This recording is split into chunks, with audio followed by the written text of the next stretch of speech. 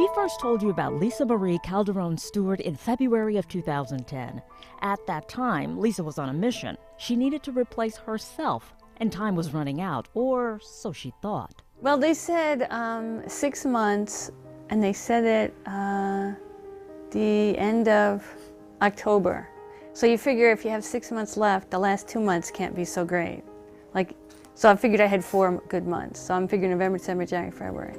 Hey, thanks for coming. So her quest was to find a new leader for a program she pioneered called Tomorrow's Present, based on her 3-year doctoral research. Make a circle, please. The program uses 5 aspects of successful leadership and trains urban high schoolers to become leaders, who in turn use their skills to teach middle schoolers nonviolent conflict resolution. And just as the program was tweaked and was working, Lisa found out she was dying. She first spoke to us back then to shine light on the program and raise money to hire a new director. People are paying attention to Tomorrow's Present because I'm dying. Not this many people paid attention before. And how ironic that, my death might bring new life, to the programs. If that's what it takes, that's a pretty good reason to die. The seed money was raised. The new executive director was hired, handpicked by Lisa. And 1 full year after doctors said she would be dead, Lisa's still here.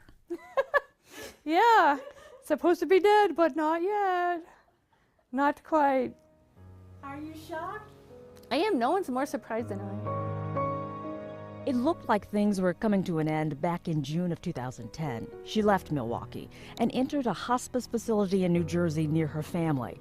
She was presented the prestigious National Catholic Youth Ministry Award at the facility because she wasn't expected to live long enough for the official ceremony. Because when I went to New Jersey, it was going to be for a month or 2.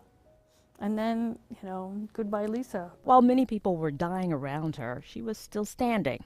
Finally, a doctor told her she didn't belong in hospice yet. So in November, she moved back to Milwaukee. Just last October, I got a CAT scan done, a more recent one, and the doctor here at Froedtert looked at it and said, "Oh, I don't predict anything about you anymore because I know that you're just unusual, but any other patient, I would look at this CAT scan and say, this patient has 1 week to live."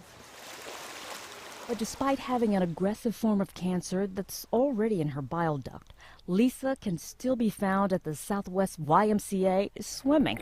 But don't get me wrong, she has stretches of bad days, days when the pain is fierce, but other days, the pain is manageable. People offer Lisa their theories of why she's still alive. Oh, you're alive because you have such strength and you're so determined. No, I'm not determined to do anything. You're fighting so hard. I never fought this at all. That's not it in the least. One thing that has made the journey easier for her, besides her faith, is knowing the right person is leading Tomorrow's Present. The stuff that we had to do to get it started, I was probably better than he would have been. I was a lot more patient and willing to take that really insane leap of faith to start Tomorrow's Present. But now that it's together and it's at the Leadership Center at Cardinal Stritch, Sean is the perfect guy to move it forward. I'm rarely speechless, but that makes me speechless. Yeah, it also makes me really happy. It's a joy to hear that. John Lansing's enthusiasm for young people is similar to Lisa's. Young people are often underutilized, and I say that meaning I think we expect less of what they're capable of. People are always surprised. I didn't think high schoolers could do that because we don't give them a chance to do that, And so when you give young people the right tools, because you got to set them up for success. You don't just say, do this, just like anyone else. Give them the right tools and give them the right information.